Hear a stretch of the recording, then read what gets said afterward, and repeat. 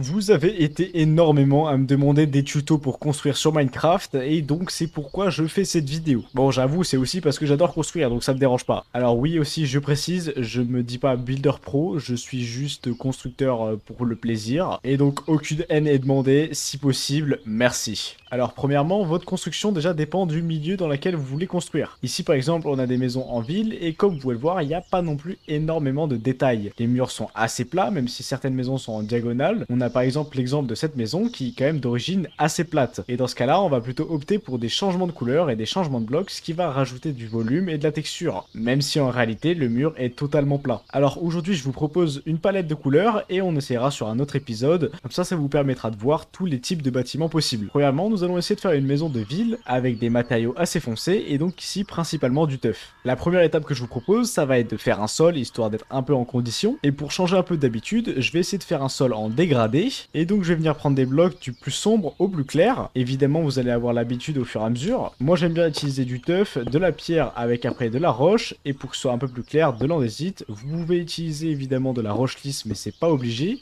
Et après, on a la diorite. Et si vous voulez vraiment aller dans le clair, vous pouvez utiliser du quartz ou de la neige. Donc voilà ce qui peut être vraiment pas mal pour faire du sol. Évidemment, vous pouvez faire un sol comme ça, mais finalement, je trouve que c'est pas le plus beau. Et moi, je vais plutôt vous conseiller de faire un sol avec des gros morceaux de couleur. Alors, je m'explique, je vais prendre une grande zone comme ça, et je vais plutôt essayer de faire des sphères avec les blocs différents que j'ai utilisés. Donc ici, je vais mettre de la cobblestone. Ici, je vais pouvoir mettre par exemple de l'andésite, de la roche. Et donc, vous voyez un petit peu plus l'ambiance. Et la dernière possibilité, ça va être de venir faire un dégradé. Tout dépend de ce que vous préférez, mais dans notre cas, on va plutôt opter pour cette option, ce qui est assez rapide à faire et qui sera quand même assez joli. Alors, vous pouvez évidemment faire un trottoir si vous avez vraiment envie, mais maintenant, on va pouvoir s'occuper du bâtiment en lui-même. Alors, personnellement, pour des bâtiments de ville, j'adore utiliser des matériaux assez sombres, et donc, par exemple, utiliser du tuff, voire commencer par du basalte, est une assez bonne idée. Évidemment, si vous connaissez pas encore vraiment les couleurs, vous pouvez aller vous balader dans le menu créatif et essayer de comparer un peu les couleurs avec ce que vous avez pu prendre précédemment. Je trouve que c'est une bonne technique. Évidemment, moi j'adore essayer de rajouter un peu de dégradé dans les structures, ce qui va permettre de rajouter vraiment de la beauté au bâtiment, même si vous n'avez pas énormément de compétences visuelles. On a donc notre bâtiment assez simple, et je vais peut-être plutôt opter pour une porte de 2 de large,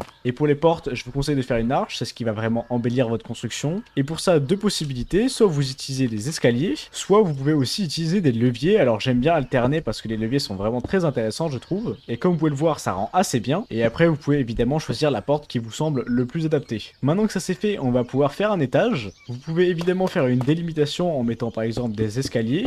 Et ce que je vous conseille, ça va être de faire une délimitation vraiment très visible. Et donc soit vous pouvez utiliser évidemment du bois, soit vous pouvez changer de couleur si vous voulez rester sur de la pierre, et vous pouvez même changer de type de bloc. Alors ici je pourrais par exemple utiliser les métiers à tisser, et par-dessus utiliser de la terracotta. C'est deux couleurs qui se mélangent assez bien, et finalement vu que le gris est neutre, il peut facilement supporter des couleurs. Mais si on met du violet en dessous, c'est vrai que ça sera peut-être un petit peu plus compliqué à marier avec une autre couleur. Logique. Maintenant que vous avez fait vos deux façades, il va falloir rajouter du détail. Personnellement, je trouve que le bois le plus adapté pour rajouter du détail, c'est vraiment le bois d'acajou. Il a des dérivés qui sont colorés mais pas trop, et surtout il a de magnifiques trappes qui sont pas très utilisées et qui je trouve changent vraiment des autres builds. La plus facile des techniques pour faire une fenêtre, ça va être de casser 6 blocs, je vais en faire 2, et vous pouvez mettre donc des escaliers à l'envers et mettre des trappes sur les côtés. Maintenant que ça c'est fait, vous avez vos fenêtres et vous pouvez soit choisir de les fermer comme ceci, et évidemment vous pouvez choisir les trappes que vous voulez utiliser. Le style peut vraiment varier selon les trappes, soit vous pouvez opter pour des grilles-lampes et dans ce cas là vous pouvez même faire des volets à côté. Évidemment vous n'êtes pas du tout obligé d'utiliser ça, vous pouvez aussi utiliser par exemple les lampes de redstone que je trouve très stylées,